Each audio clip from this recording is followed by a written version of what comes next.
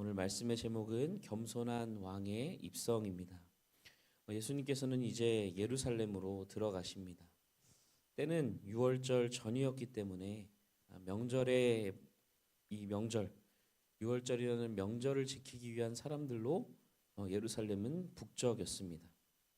13절에 보니 명절에 온 많은 사람들은 예수께서 예루살렘에 오신다는 그 소식을 듣고 종려나무 가지를 들고 예수님을 향해 외칩니다. 호산나 찬송하리로다 주의 이름으로 오시느니 곧 이스라엘의 왕이여라고 외칩니다. 많은 사람들은 예수님을 향해 호산나라고 이야기합니다. 우리를 구원해 주소서, 예수님께 구원해 달라고 하면서 예수님을 이스라엘의 왕이라고 부르고 있습니다. 우리가 예수님을 이렇게 맞이한 이유에 대해서 본문 17절로 18절은 이렇게 말합니다. 그 이유가 뭐냐? 나사로를 살리실 때 그 당시에 조문객들이 그 현장에서 나사로의 부활을 목격했고 그들이 명절에 올라온 사람들에게 이분이 바로 죽은 나사로를 살린 분이다 라고 증언을 했기 때문이라는 거죠. 18절에 보시면 이에 무리가 예수를 맞음은 이 표적 행하심을 들었음이로라 라고 기록합니다. 그 장례식장에 있었던 많은 사람들은 나사로의 부활을 목격했고 증언했습니다. 그리고 그 증언을 들은 많은 사람들이 엄청난 표적에 그 기적에 열광하며 죽은 자를 살리신 이분이야말로 하나님이 약속한 메시아다라고 생각했습니다. 그래서 이들은 그 예수님을 이스라엘의 왕이요 라고 부르며 호산나 우리를 구원해 달라고 주님을 향해 외쳤던 것이죠. 유대인들은 메시아, 즉 다윗의 후손으로 올 왕을 기다리고 있었습니다. 이 하나님이 과거에 다윗에게 주신 약속이 있어요.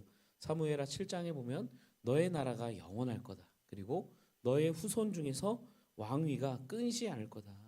너의 후손이 이스라엘 나라를, 하나님의 나라를 영원히 다스릴 거다 라고 약속하셨기 때문에 유대인들은 항상 그 약속을 붙들고 붙잡고 있었습니다. 그래서 언젠가는 다윗의 후손이 와서 하나님이 약속하셨던 것처럼 이 나라를 다시금 회복시키실 것을 믿고 있었던 거죠. 그래서 메시아가 온다면 우리를 지배하고 있는 로마로부터 우리를 독립시키고 그리고 다시 이스라엘을 다윗의 때와 같이 영화롭게 영광스럽게 그 나라의 영광을 회복시킬 것을 믿고 그 메시아를 기다리고 있었던 거죠. 근데 예수님은 사실 그들이 기대하고 생각했던 그런 메시아가 아니었습니다. 스가랴 9장 9절에 기록된 대로 예수님은 어린 나귀를 타고 입성하십니다. 본문 15절에 보시면 이는 기록된 바 시온 따라 두려워하지 말라 보라 너의 왕이 나귀 새끼를 타고 오신다 함과 같더라. 사실 왕과 나귀 새끼는 어울리는 것이 아닙니다. 왕은 명마를 타야죠. 크고 뭔가 전쟁에 나가서 위험을 발할 것 같은 멋진 말을 타는 것이 왕에게 어울리는 겁니다. 그런데 너희 왕이 나귀 새끼를 타고 오신다라는 이 스가랴 9장 9절의 말씀을 성취하시면서 주님은 어린 나귀 새끼를 타고 그렇게 예루살렘으로 들어가시는 겁니다. 이 말이 아닌 나귀를 타셨다는 것은 예수님께서 정치력과 군사력을 가지고 로마로부터 독립을 가져오는 그래서 이스라엘이라는 지상 나라를 회복할 메시아가 아니라는 것을 의미하는 거예요. 스가랴 9장에 나오는 나귀를 타고 나오는 메시아는 바로 그 다음 절인 10절에 보면 평화를 가져오는 겸손한 왕이라고 나타나고 있어요. 예수께서 그 말씀 그대로 나귀를 타고 입성하셨다는 것은 겸손의 왕으로 또 평화를 주시기 위해 평강을 주시기 위해 오신 평강의 왕이라는 것을 의미하는 것이죠. 십자가를 지심으로 주님이 우리에게 가져오신 평강이 뭡니까? 하나님과 나와의 관계에 평강을 주시고 또 예수를 믿는 자들 안에서 한 형제요 자매를 이룬 사람들 안에서 또 평강할 수 있는 평강의 길을 열어주시기 위해 이 땅에 오신 것 아니겠습니까? 그래서 하나님의 나라는 성령 안에 의와 평강과 희락이라는 말로 이렇게 말씀하고 있습니다. 하나님의 나라는 평강의 나라. 예, 그분의 다스림 안에서 평강을 누리는 나라라는 거죠. 근데 제자들은 예수님께서 나귀를 타시는 것의 의미, 그것을 제대로 알지 못했다고 오늘 본문에 기록하고 있어요. 그저 다른 복음서에 따르면 예수님이 나귀를 준비하라고 하시니 준비했을 뿐입니다. 제자들이 어떤 모습이었을까요? 예수님이 나귀를 타고 입성하실 때 많은 사람들이 예수님을 향하여 환호하며 이분이 메시아다, 우리의 왕이다라고 했을 때 곁에 있었던 제자들 안에 들었던 생각은 뭘까요? 그들도 아마 예수님에 대한 기대가 있었을 거예요. 그래, 이제 예루살렘에 들어가면 드디어 메시아로서 무언가 큰 일을 하시겠구나. 우리를 진짜 이 로마에서 구원해 내시고 또 예수님이 왕이 되시면 우리도 그 나라에서 한몫 이제 할 수 있는 예수님의 제자들이니까 그 나라에서 꽤 괜찮은 자리에 오를 수 있다라는 기대와 열망으로 가득했을 것입니다. 그런데 나중에야 그들은 예수님이 나귀를 타시고 예루살렘에 입성하신 것이 그런 의미, 그런 메시아로서의 의미가 아니라는 것을 알게 되었다고 하죠. 16절에 보시면 이렇게 기록하고 있습니다. 제자들은 처음에 이 일을 깨닫지 못하였다가 예수께서 영광을 얻으신 후에야 이것이 예수께 대하여 기록된 것임과 사람들이 예수께 이같이 한 것임이 생각났더라. 이 나귀를 타고 입성하신 이것의 의미를 언제 깨달았다고 되어 있나요? 예수께서 영광을 얻으신 후에야.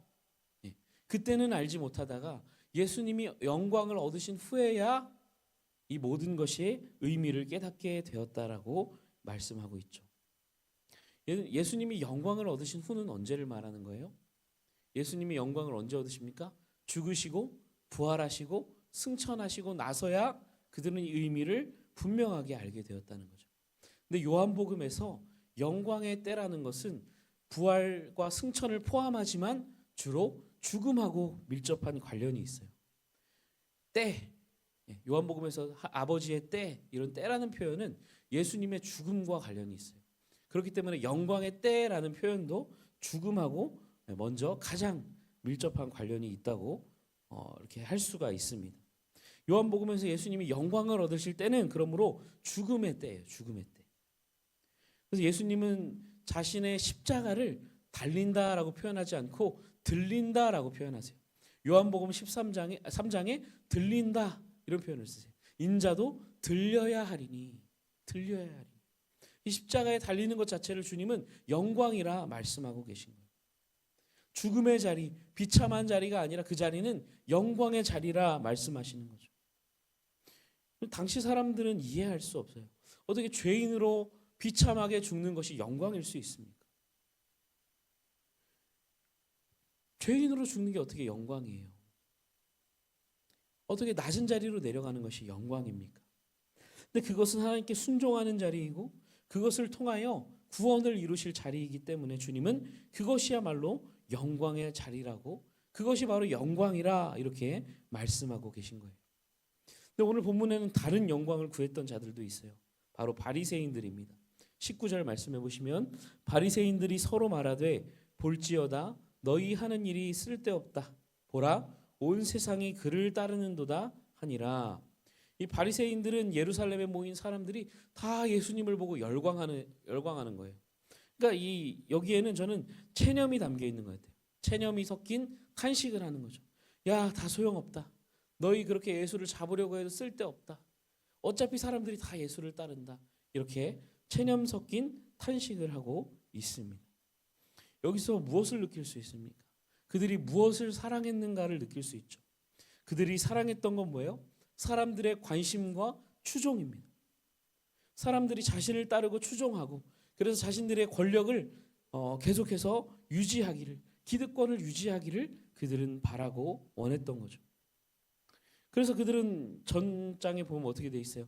예수님을 죽이려는 계략을 세우죠. 사람들이 나사로를 살리신 예수님을 더 이상 따르지 못하도록, 그래서 사람들이 우리를 따르도록 하려는 그런 계략을 세우는 것을 우리가 보지 않았습니까? 그들이 사랑했던 건 사람들의 영광이에요. 영광의 자리에 오르는 것, 사람들이 추종할 만한 자리에 이 자리를 유지하는 것, 사람들에게 높임받는 자리, 인정받는 자리에 오르는 것, 그것이 그들이 생각한 영광이었다는 거죠. 예수님이 생각하신 영광과는 너무 다른 것이었습니다. 여러분, 우리는 무엇을 영광으로 생각합니까? 높은 자리에 오르는 것이 영광인가요? 많은 재물을 모아서 남들 부러워할 만한 그런 모습을 갖추는 것이 영광일까요? 우리를 포함한 대부분의 사람들은 당시 바리새인들처럼 사람들에게 인정받고 부러움을 살 만한 자리에 오르는 것을 영광이라고 생각해요. 하지만 주님은 그것이 영광이 아니라고 말씀하는 거예요. 십자가가 영광이라, 하나님의 뜻에 따라 죽는 것이 영광이라 말씀하세요. 성도의 영광도 이와 마찬가지입니다. 성도의 영광은 높은 자리에 오르는 데 있지 않아요.